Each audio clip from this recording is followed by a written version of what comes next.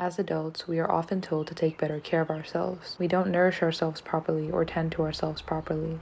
But how many of us have actually been taught how to take care of ourselves? Which foods to eat to feel good? What really helps with stress? What even is mindfulness, and why does everyone talk about it? It's hard to take care of yourself when you don't even know how. Recently, that's something I've been trying to focus on.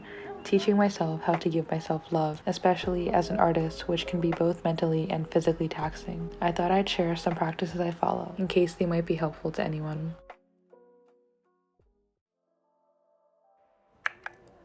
I try to start every day with movement. I'm always very stationary. I'm either drawing or painting, both in school and at home. I don't have the self-discipline to follow a workout consistently, and my social anxiety is too intense at times for me to go to a workout class or to the gym, but putting on music that makes me want to move is low effort for me. I also try to do yoga at least once a day. I do yoga and stretches that focus on my arms and spine because that's where I'm affected most. And overall, yoga just helps me feel more in tune with myself and how I'm feeling. It's very easy to overlook subtle pain or discomfort when I'm not paying attention.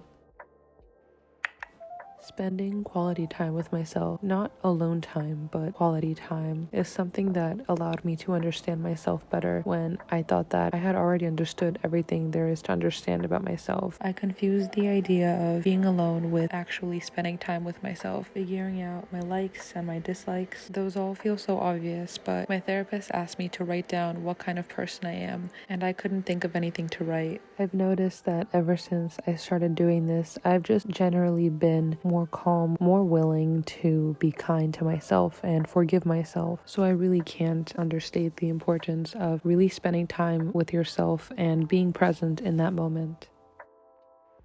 Appreciating small things initially started with my therapist suggesting mindfulness to me, but I'm not at the point yet where I can just sit down and be in tune with myself and how I'm feeling. So I try to incorporate this into my life in other ways. This sort of turned into me observing the world around me, and I feel like this has just made me more appreciative of smaller moments that I've noticed. Taking a little bit of extra time to notice the world around me has been really rewarding, and I noticed how often I'm absorbed in my own life or my phone, and how much of the world that I'm really missing. Actually, something a lot of people comment on is that my videos seem to be a romanticization of a quieter life. I guess in some ways my videos are depicting my attempt to be more satisfied in a quote-unquote boring lifestyle. I think this has generally made me more grateful and more appreciative.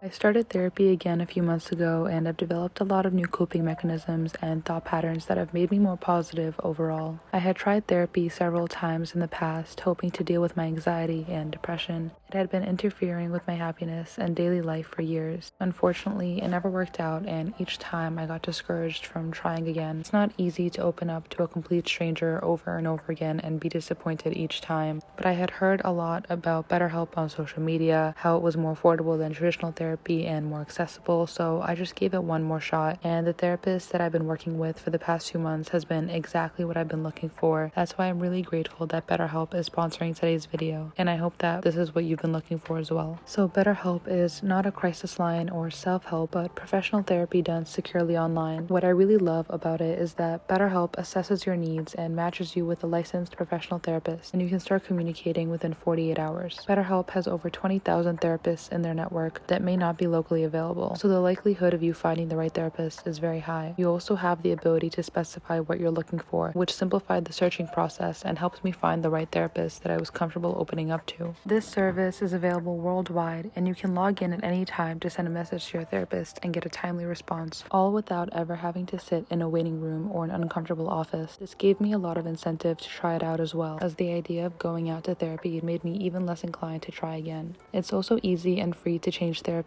if needed, and financial aid is available. So if there's anything that's been bothering you, or you've simply wanted to start therapy but weren't sure how, visit betterhelp.com/sunshell for 10% off your first month. That's betterhelp.com. For me, talking to a professional, hearing her point of view on things, and having her guide me on coping mechanisms and dealing with my specific problems has been the push I needed to start really focusing on my well-being. I hope you'll join me in being one of the 2 million people on BetterHelp taking charge of their mental health. Of course, it's important to have hobbies and interests, but I guess the issue comes in when your hobby is your career. So I often get asked if I get burnt out or if art school made me dislike art. I've learned to separate my personal art from my school art. Before, when I thought of myself as just one artist, I was too harsh on my personal work and I get burnt out more often. Now that I separate myself into art student and artist, I can think of my schoolwork as just that, and then create art that I enjoy without judging myself for it. It also helps to know what kind of artist I want to be. So when I get assignments in school that don't exactly line up with my interests, it's even easier to see that this is just school and I'm here to experiment and learn and not take everything so seriously. I've also found that it's important to get interests outside of art. It does take some effort to spend time on hobbies when you're busy with school or work, but I've been trying to split my time more evenly between my hobbies. I've been reading a lot more lately, and I really enjoy watching films, and I also like editing videos, which I do here. When I start to become burnt out, I just take a step back and allow myself to become interested in what I was doing again.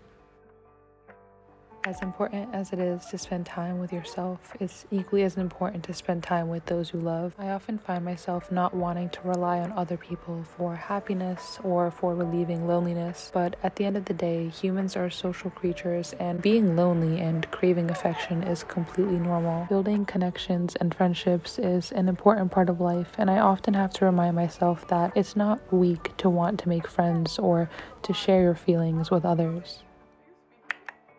Avoiding social media or deleting it altogether was the best choice that I've ever made for my mental health. At what I would call the peak of my social media presence, that is when my anxiety and paranoia was at its worst, when I was constantly intaking information from everywhere about everything. I was constantly thinking I always had something on my mind. I started limiting my social media usage, and then I would delete my social media apps as I didn't use them anymore. The only reason any of the other things that I've mentioned are possible are because I've stayed off of social media. I would not be in therapy. It's unlikely that I would find time in my day to appreciate the little things, because I spent my entire day scrolling on social media, and by the time I was done, I just did not have the energy for anything else. Now I just show up on social media to post my art and then go on about my day.